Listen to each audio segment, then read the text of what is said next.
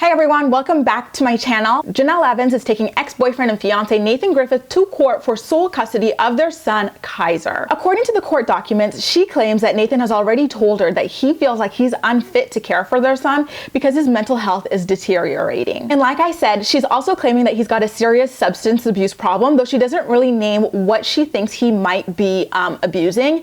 And it looks like she doesn't even want him to have any visitation with Kaiser, at least not at his home. She's claiming that his home is not a healthy environment at all for the child. And she really hammers in her whole no visitation thing by saying that, like, listen, Nathan already has visitation rights to Kaiser, but he doesn't even visit him anyway. And you guys, could this be like a turning point in the life of Jenelle Evans? Because like all these things, if you don't know her history, if you don't watch her on television and stuff, you would automatically be on her side and be like, yes, like this girl is really putting her child's, best interests at heart and like first and stuff like that. But like, it's so confusing because everything that she's accusing Nathan of is stuff that she's done and that we've watched her do on television. Do you remember that infamous Teen Mom 2 finale episode where she and Kiefer were like nodding off to a heroin high? Do you remember all the times that like it's looked like she hasn't taken care of Kaiser in the first place? Like, remember last season,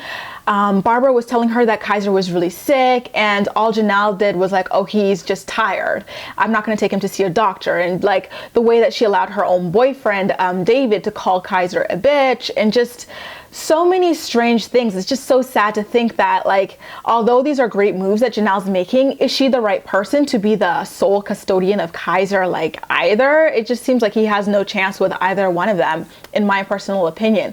Though I am happy to see that she's taking these steps. And again, you guys, like, I'm really trying to soften my approach to her, though I'm not going to give her any free passes, especially in light of this Teen Mom 2 preview clip that I saw on the MTV page where she puts her foot down with her boyfriend David in regards to Barbara.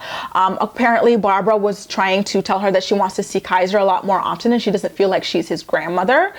And David was like, well, no, this, that, like he's the baby daddy or something like that. And Jenelle really was like firm with him, and that she was like, you know what? I see where she's coming from, and I do applaud her for that.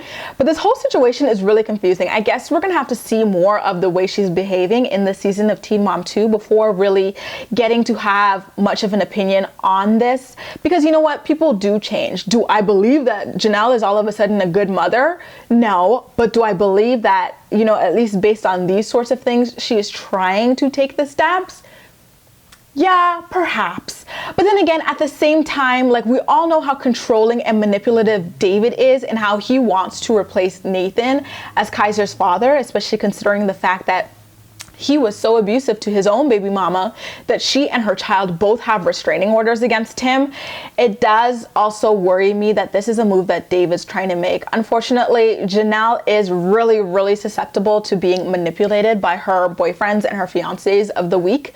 We saw that Nathan, when he was her main squeeze, was trying to get Jace ripped out of his mom Barbara's house and living with Jenelle. And like, she was really gunning for that sort of custody based on Nathan's wants and desires. And it might feel like this is David doing the exact same thing. History just consistently repeats itself with this girl because she refuses to wake up and face like her own inner demons. Like, honestly, you guys, I really feel like the same bad things will continuously replay themselves in your life, disguised as different people, different situations, when in reality, it's all always the same thing until you really take a good hard look at yourself and try to resolve whatever inner issues you have. And I really hope and pray and wish that Jenelle will finally one day like listen to what the universe is trying to tell her before it's too late and too bad and like she's in too deep.